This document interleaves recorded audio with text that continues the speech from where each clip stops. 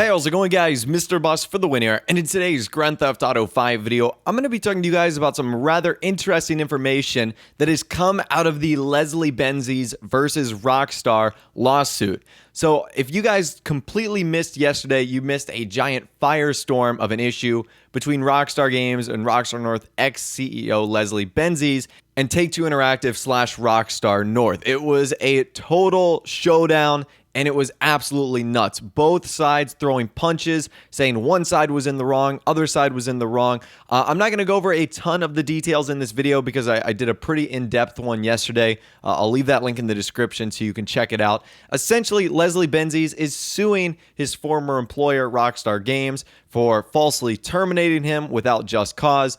And Rockstar is suing back for, I guess, whatever reason. They're just counter-suing his claims. And it was for $150 million.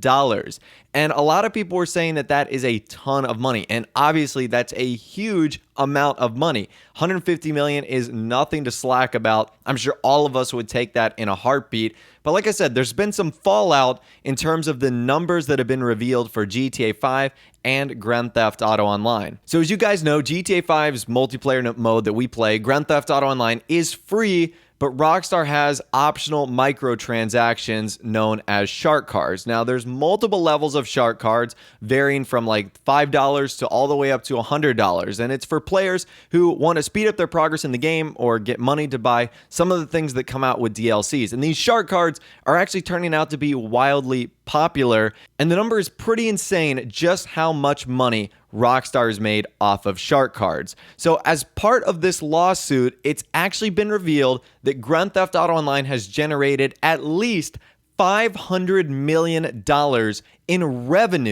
in revenue from microtransactions. Now, that revenue is important because revenue is what Rockstar takes home. I'm assuming their profit, like their, I guess, gross profit, would be somewhere close to $550 million, $600 million, because I'm sure they have to pay fees and whatnot, and I'm sure not all of that goes straight to them. But can you believe that? $500 million on shark cards alone. Now, granted, I do understand the game has been out and GTA Online has been going for like 2.5 years now. So it's still a ton of money. And obviously that wasn't generated overnight. It was generated over 2.5 years. But $500 million is an insane amount of money, especially because Grand Theft Auto Online's mode offers nothing that requires your real life money. There isn't a single DLC, obviously, in Grand Theft Auto Online that requires a paywall where you have to pay in order to unlock the content. So to put that number in context for you, Halo 5, which is a game that came out in 2015, its microtransactions only brought in $1.5 million. So when you think about it, Rockstar's is almost 400 times the amount of Halo 5 in Grand Theft Auto Online. So here's a line from the deposition of the lawsuit. It states, GTA Online has the potential to achieve the greatest profit margin of any game created in the GTA franchise. This is in part because Grand Theft Auto Online's microtransactions have nearly 100% profit margin, except for the development cost and fees collected by storefronts. And storefronts are anything like Steam, PlayStation Network, and Xbox Live. So when I read this, it almost kind of felt like a slap in the face because they're talking about how easy it is to make content for Grand Theft Auto Online and the money that they get from it. Because they talk about how minimal development costs, meaning they just, throw together content and people are buying these shark cards to purchase it. And that's what I mentioned earlier with nearly 100% profit margin is that $500 million is likely even less than what they actually got in gross profit, which was probably somewhere close to $600 million. So I'm not sure if that $500 million really has to do with the fact that people are buying a ton of shark cards, or if what the Take-Two CEO Strauss Zelnick said in 2015, that 8 million people are playing Grand Theft Auto Online every week.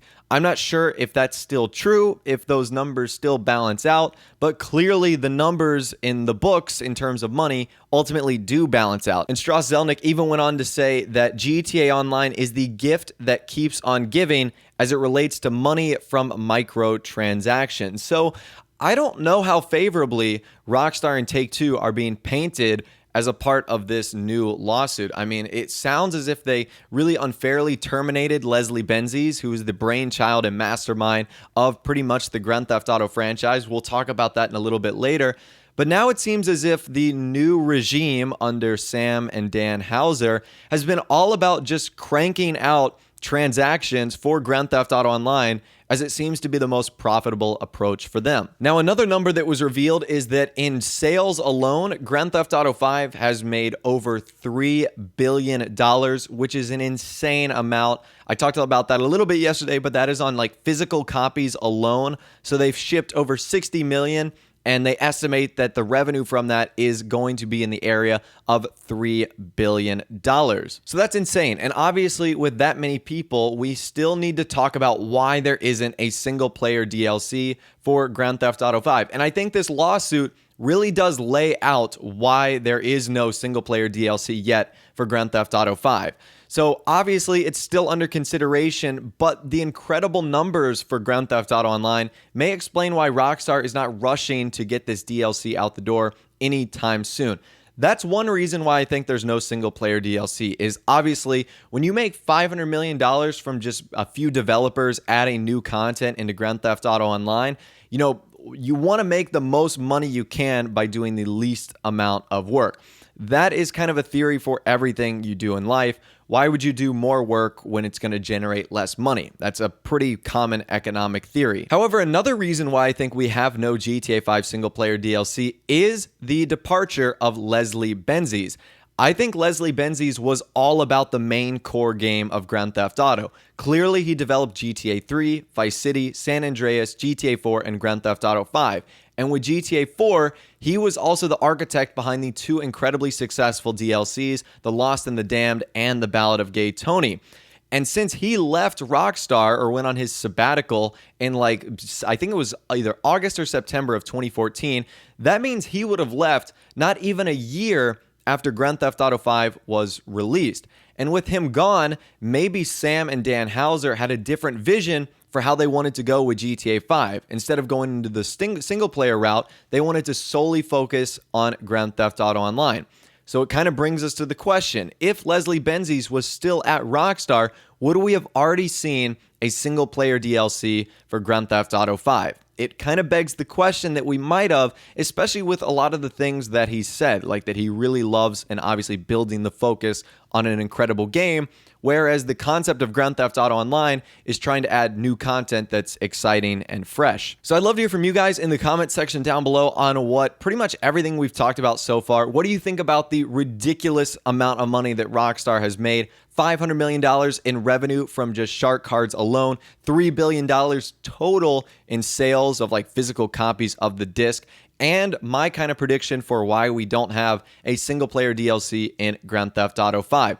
Now, of course, E3 right around the corner could prove all of us wrong. Rockstar might come out with a bang and say, here's that single player DLC you've been looking for. But for now, it is still one of the greatest mysteries of gaming, why one of the most successful games ever has yet to have a single player expansion. But I'll leave that discussion up to you guys in the comment section down below. If you did go on to enjoy the video, a like rating would of course be awesome. And also subscribe to my YouTube channel if you are new or you like daily GTA 5 videos like this. With all the way, guys, like I said, thanks for watching. Take care, and I'll see you guys in the next video.